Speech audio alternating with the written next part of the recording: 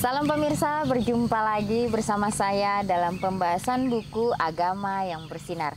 Buku ini dituliskan oleh Nyonya Ellen G. White. Buku ini menyuguhkan kepada kita suatu cara yang lebih baik, menyingkapkan kepada kita suatu kehidupan yang lebih sederhana dan lebih manis. Semua pembaca akan penuh dengan kegembiraan dan kesukaan, bersinar menyinarkan kasihnya dimanapun kita berada. Ya, inilah suatu ajakan yang mulia bagi masing-masing kita. Bagaimana kita dapat mengoreksi akan diri kita sendiri. Apakah kita sudah benar-benar yang mengasihi Kristus dengan sepenuh hati kita, sehingga pancaran kasih itu akan kita sampaikan atau kita berikan kepada orang lain. Ya, inilah suatu tantangan untuk kita, karena kita hidup di akhir daripada dunia ini. Kesempatan demi kesempatan yang Tuhan masih berikan kepada kita, kita dapat pergunakan itu dengan sebaik-baiknya. Kita dapat meminta Tuhan untuk dapat mengoreksi akan kehidupan kita, sehingga dimanapun kita berada, kita boleh menjadi berkat, kita boleh menjadi pembawa-pembawa damai itu. Ya, pada saat ini kembali lagi saya mengundang akan seluruh anggota keluarga dan saudara-saudara semua. Kita dapat berkumpul bersama-sama, kita akan mempelajari nasihat firman Tuhan pada saat ini, dan biarlah rencana-rencana indah Tuhan itu akan menjadi bagian masing-masing kita. Kita akan masuk ke dalam judulnya, harus ditemukan dalam pertemuan orang-orang kudusnya. Ayatnya terdapat di dalam Zakaria 8 ayat 19. Beginilah firman Tuhan semesta alam. Waktu puasa dalam bulan yang keempat, dalam bulan yang kelima, dalam bulan yang ketujuh, dan dalam bulan yang ke-10 akan menjadi kegirangan dan sukacita, dan menjadi waktu-waktu perayaan yang menggembirakan bagi kaum Yehuda. Maka cintailah kebenaran dan damai. Pertemuan kita harus dibuat sangat menarik. Pertemuan harus diliputi dengan suasana surga. Ini ditulis di dalam Testimony for the Church jilid 5 halaman 609. Ya, jadi di dalam setiap pertemuan atau acara-acara rohani yang kita laksanakan, biarlah kita dapat membuat suasana itu menarik, dan pertemuan harus diliputi dengan suasana surga. Ya, bagaimana kedamaian itu harus ada di sekeliling kita. Ya, seringkali pada saat kita mengadakan suatu pertemuan atau kumpulan, ya seringkali kita berargumentasi. Ya, seringkali kita mau mempertahankan akan pendapat kita supaya orang lain dapat terima. Yaitu adalah hal-hal yang tidak bagus. Itu datangnya dari roh kegelapan.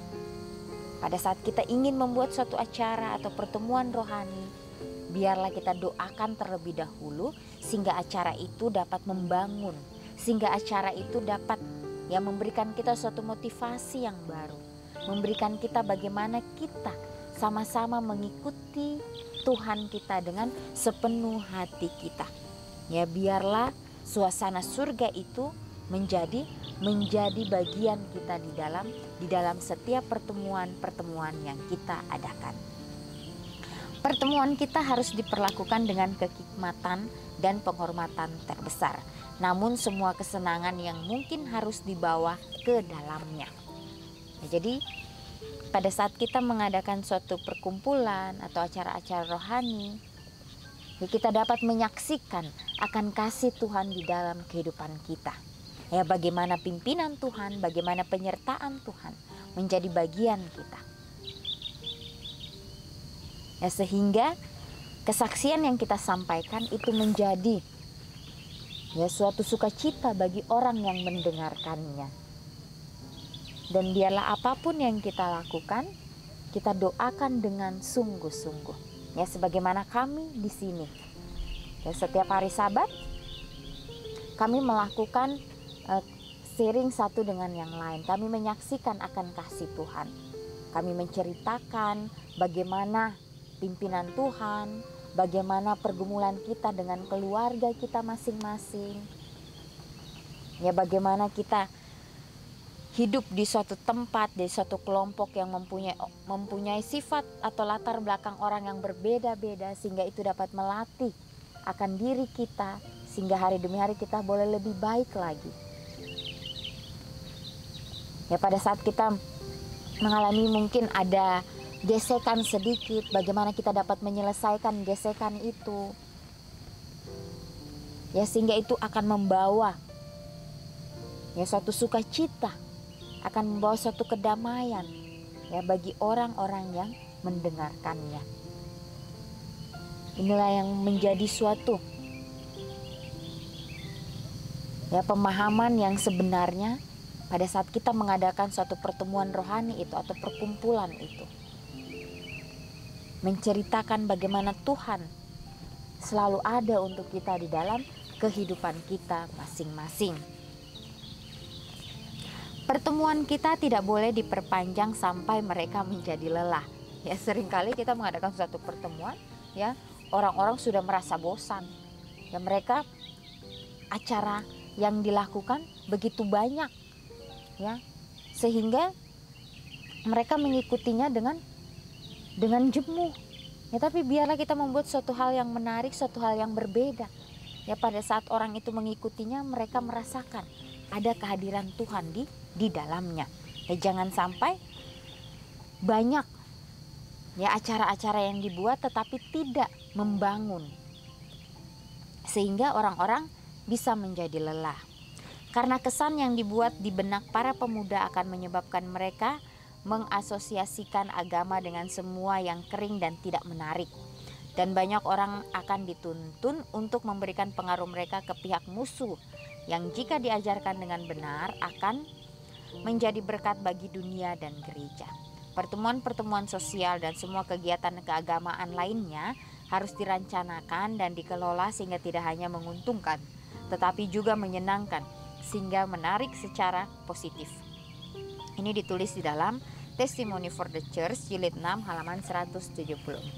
Ya, kalau kita tahu bersama bagaimana Yesus pada saat dia berada di dunia, ya, kita lihat bahwa Yesus mempunyai suatu karisma yang dapat membuat orang mengikuti dia untuk mendengarkan apa yang dia ucapkan, apa yang dia katakan. Ya, karena apa yang dia keluarkan itu menjadi suatu kedamaian bagi orang-orang yang mendengarkannya. Ya, tidak ada hal-hal yang buruk yang keluar dari ucapan Yesus. Dia melakukan segala sesuatunya dengan sempurna karena apa?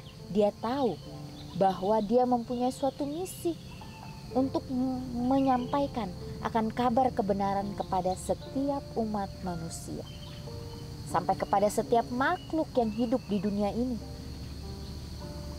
Itulah Tuhan kita, Tuhan yang penuh dengan keagungan, Tuhan yang penuh dengan kedamaian itu, yang dapat membuat diri kita merasakan bahwa kita dipakai, bahwa kita sangat berguna di dunia ini. Dia menciptakan kita ada suatu maksud.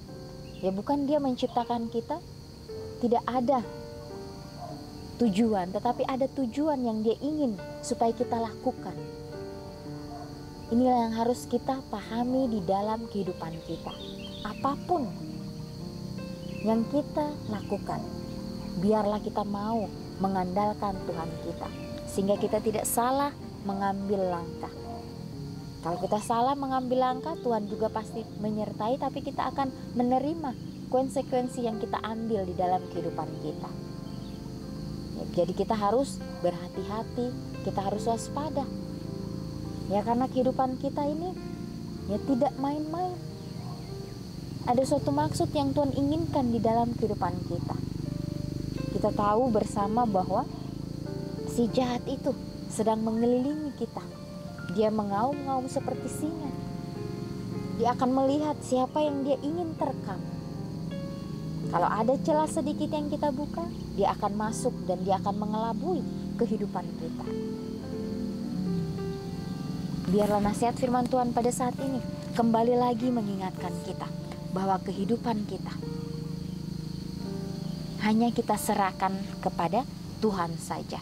Di dalam setiap pertemuan-pertemuan atau apapun perkumpulan rohani yang kita lakukan, biarlah kita mau menyerahkan itu kepada Tuhan. Di sini tadi dikatakan khususnya kepada para pemuda. Ya, karena pemuda-pemuda ini adalah penerus. Jadi mereka harus diberikan ya satu pelajaran yang betul-betul, sehingga mereka boleh berada di prinsip-prinsip kebenaran itu. Ya, mereka mempunyai semangat yang berkobar ya untuk dapat mempertahankan kebenaran firman Tuhan. Berdiri di kebenaran itu, menyampaikan akan obor kebenaran itu dimanapun mereka berada. Ya, sehingga obor yang mereka bawa akan terus menerangi dunia ini. Dan itu tidak akan padam kalau mereka mau terus mengandalkan Tuhan. Gereja Tuhan di bawah ini adalah satu dengan gereja Tuhan di atas. Orang percaya di bumi dan makhluk di surga yang tidak pernah jatuh merupakan satu gereja. Makhluk surgawi tertarik pada pertemuan orang-orang kudus di bumi yang bertemu untuk menyembah Tuhan. Ya, jadi pada saat kita mengadakan suatu perkumpulan, suatu pertemuan rohani, ya bagaimana penghuni-penghuni surga, ya mereka juga akan datang. Mereka juga akan berada di sekeliling kita untuk memberikan kita pencerahan. Ya, jadi betapa pentingnya kita meminta atau kita peka dengan suara Roh Kudus itu. Ya, sehingga perkumpulan itu akan menghasilkan suatu berkat, menghasilkan suatu kedamaian bagi setiap orang yang datang. Ya, jadi diperlukan kerjasama, bekerja sama dengan Tuhan, bekerja sama dengan pencipta kita, sehingga penghuni-penghuni surga itu akan merasakan damai. Dan disitulah kita akan merasakan juga damai yang belum pernah kita rasakan sebelumnya. Ya, jadi ini suatu pelajaran yang sungguh luar biasa. Ya, pelajaran yang sangat bagus bagi masing-masing kita. Bahwa makhluk surgawi tertarik pada pertemuan orang-orang kudus di bumi yang bertemu untuk menyembah Tuhan. Mereka juga akan datang untuk memberikan kita bagaimana jalan bersama-sama dengan Kristus.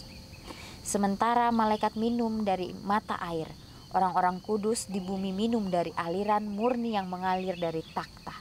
Aliran yang menyenangkan kota Tuhan kita. Ditulis di dalam Testimony for the Church jilid 6 halaman 366. Jadi kita akan minum dari sumber air, yaitu dari Tuhan sendiri. Disitulah bagaimana kita akan dikenyangkan dengan pelajaran-pelajaran rohani, pelajaran-pelajaran yang belum pernah ya kita dengarkan. Dan pelajaran-pelajaran itu akan menjadi bagian kita dan itu akan kita pancarkan atau kita praktekkan di dalam kehidupan kita setiap harinya. Disitulah kita akan merasakan bagaimana penyertaan Tuhan di dalam kehidupan kita untuk menjadi suatu kesaksian yang hidup. Ya, pengalaman-pengalaman rohani itu sangat penting bagi setiap umat-umat Tuhan. Sehingga dari pengalaman itu kita dapat mengenal siapa Tuhan yang kita sembah. Sehingga kita juga dapat menceritakan kepada setiap orang-orang yang kita temui betapa dalamnya kasih Tuhan di dalam kehidupan kita. Ya, kita tidak pernah bisa mengukur kasih Tuhan itu. Ya, karena kasihnya begitu besar untuk kita. Sehingga dia rela mati di atas kayu salib. Dia mengorbankan dirinya untuk kita. Biarlah pengorbanan Kristus jangan pernah kita sia-siakan. Tapi kita mau mengambil suatu keputusan